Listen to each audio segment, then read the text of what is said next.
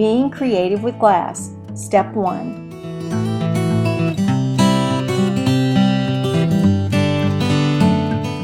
I'm going to lead you through the process of designing a small cross from sea glass.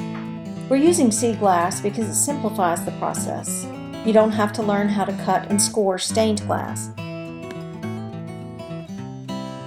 First, draw a pattern of the shape you would like the cross to be.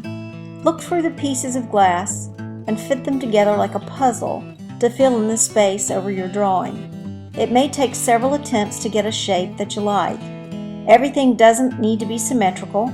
Just trust yourself and be creative. This is what I ended up with.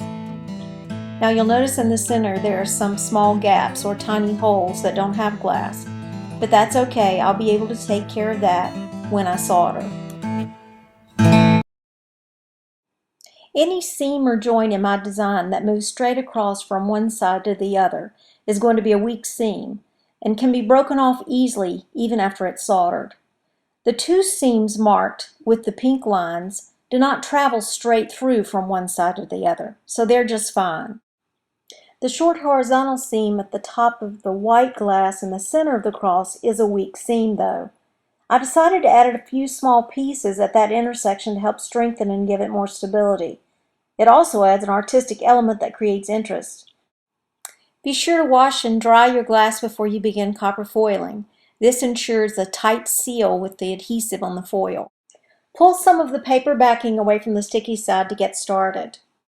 Start wrapping the foil at an inside seam and center the glass on the foil so that the same amount of foil extends off of both edges. Wrap all the way around the piece while putting some pressure on the outer edge. Overlap the place you began to foil when you get to the end by at least 1/4 of an inch before cutting it. Fold down the edges starting at one corner by pressing the foil to the glass between your thumb and index finger until all the edges are done. Now I burnish the foil. This is done by using a fid to press against the foil to remove any wrinkles. I run the fid all the way around the outer edge and then lay it on a flat surface and do the same thing to the top edge. Then I turn it over and do it again.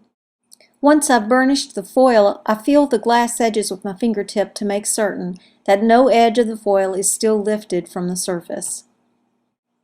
Now I'll start to foil the next piece. Always begin to wrap inside a seam where the glass will butt up to another piece.